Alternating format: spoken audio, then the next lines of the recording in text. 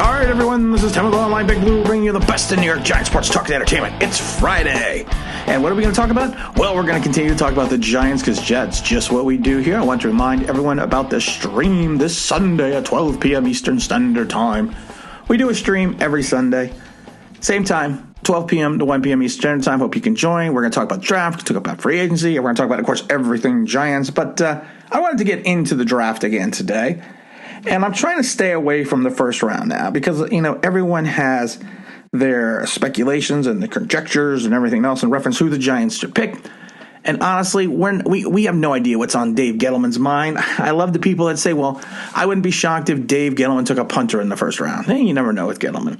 I wouldn't be shocked if he took a defensive tackle in the first round. But you know what? We're going to get away from that. We're going to get into the latter parts of the draft. And we're not going that far latter. We're going into the second round. And there is a player that interests me in the second round that I believe he's got a first-round grade, but injuries have somewhat derailed his career, and that's going to be Alabama inside linebacker Dylan Moses.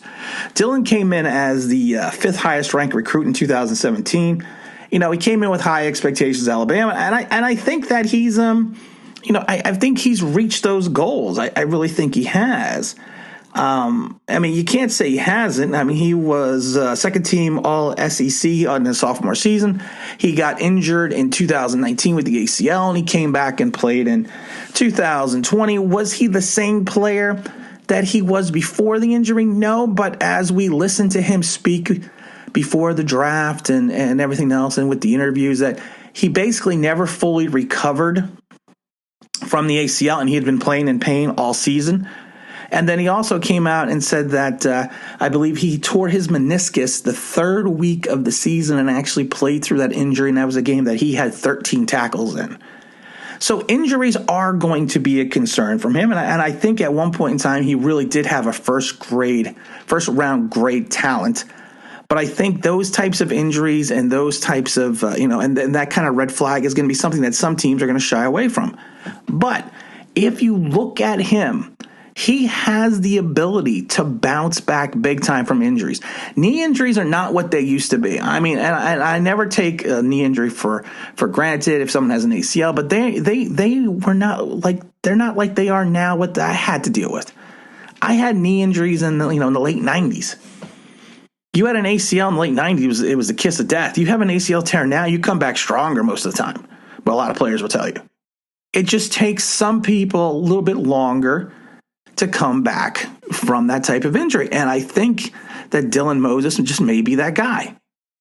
I mean, if you take a look at his career with the Tide, he started 31 out of 39 games, dating back to when he was a freshman. He can play he basically can't play, but he did play all three linebacker spots where Saban, because Saban liked to run the multiple defense sets. He's athletic. He's explosive. He's got good speed.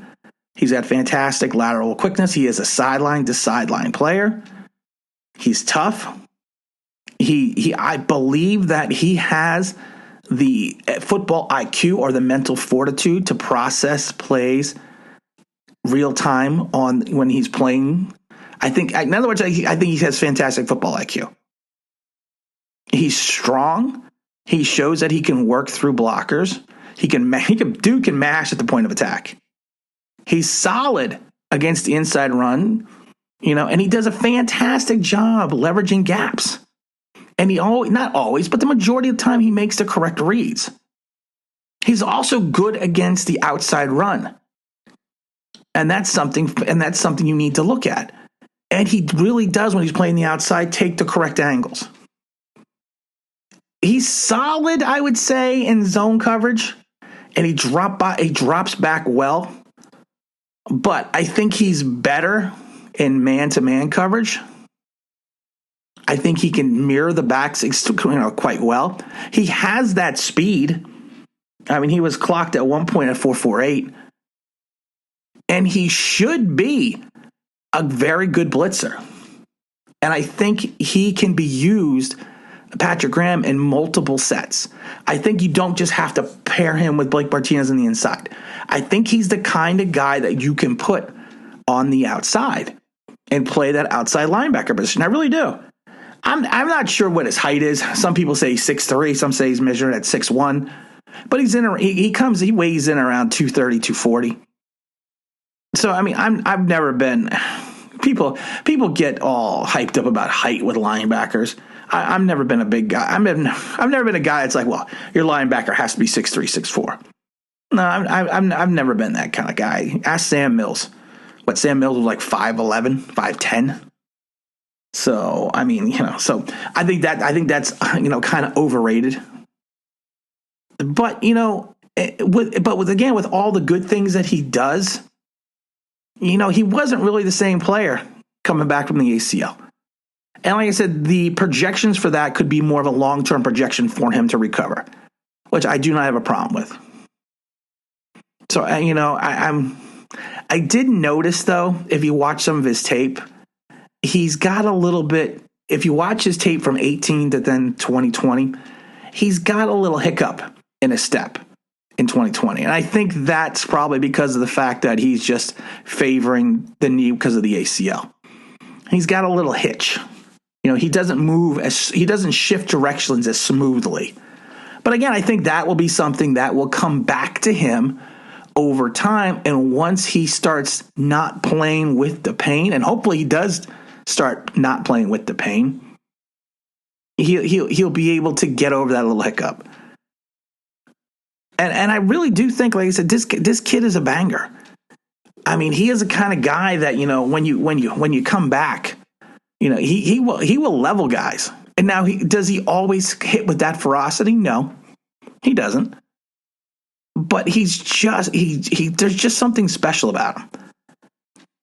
And I love it, though, because like I said, he will fit in multiple sets and multiple schemes in the NFL. And the injury alone, like I said, I think is going to drop him into the second, potentially even the third round. Now, just a couple other things that bothered me after watching some of the tape. At times, he lacks discipline and patience. But again, I think that can be corrected with proper coaching. There were stretches on some of the film that I watched I always like to use the expression, he got lost in the sauce. He got lost in the sauce a couple times. But again, it's not something I think that if you teach him properly and teach him to put him in and allow him to be placed in the right position on the field, I think he'll be fine. It's kind of like the Blake Martinez thing. Blake Martinez last year in Green Bay, if you watched his film, he was not placed in the correct positions by the defensive coordinator in Green Bay to allow him to excel. Patrick Graham did a fantastic job putting Blake in the position to excel. And I think that could be the same thing with Dylan Moses. I really do. I mean, I think his ceiling is extremely high. Now, again, I think a lot of it's going to fall back on injuries. He did have almost, 80 tackles last year. And he, like I said, he was with only one sack. But again, he was still recovering from injuries. And I just have this feeling if you work with this kid, he could potentially be an outside blitzing linebacker. He can offer, and then the good thing about him is because of the fact that he plays his angle so well on the outside, I think he will have the ability to help whoever the edge is or that defensive end is to help control and maintain the edge. I really do. I think he could do that. And like I said, I think he's going to fall. I would not be shocked if he falls in second half, second half of the second round, and potentially into the third round. He wasn't being able to participate in any of the pro days or anything because, like I say, he even said back in February that he's still dealing with the meniscus injury. So it's going to be an interesting selection. It reminds me of when the Cowboys took Smith, the linebacker out of Notre Dame. And we've seen how well he's worked out. The difference is Dylan Moses actually played through the injury. Smith got hurt in the bowl game. So, there was more of a question mark. I just think it's going to be if Dylan Moses has his head on right and has the ability to come back and hopefully play through or just, have the pain. Hopefully the pain will go away over a period of time.